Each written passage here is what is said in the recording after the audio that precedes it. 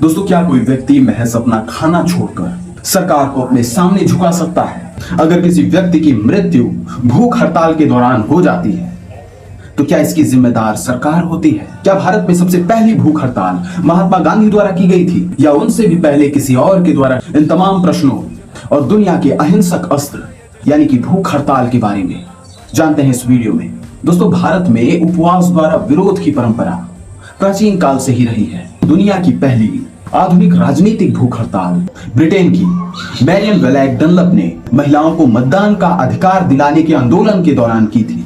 दोस्तों, बात की जाए भारत में तो 1918 में महात्मा गांधी ने अहमदाबाद मिल मजदूर आंदोलन के दौरान सत्याग्रह के लिए सबसे प्रभावी तरीका अनशन को अपनाया। दोस्तों, इसके बाद 1929 में भगत सिंह ने अपने साथियों के साथ 116 दिन तक भूख हड़ताल कर राजनीतिक कैदियों के अधिकारों का मुद्दा दुनिया के सामने रखा। दोस्तों, बात करें भारतीय संविधान की तो इसमें भूख हड़ताल जैसा कोई शब्द नहीं है।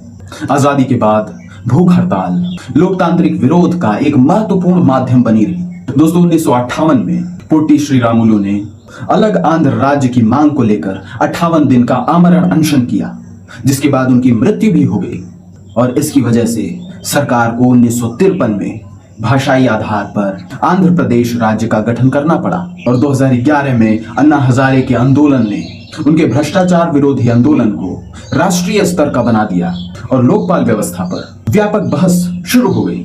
दोस्तों, आज आप जानते हैं कि लद्दाख के प्रमुख शिक्षाविद, वैज्ञानिक, सामाजिक कार्यकर्ता सोनम वांगचुक अनिश्चित काल के अनशन पर हैं। उनकी प्रमुख मांगे शिक्षा व्यवस्था में सुधार, पारदर्शिता और परीक्षाओं में अनियमितता पर जवाबदेही इत्यादि से संबंधित है।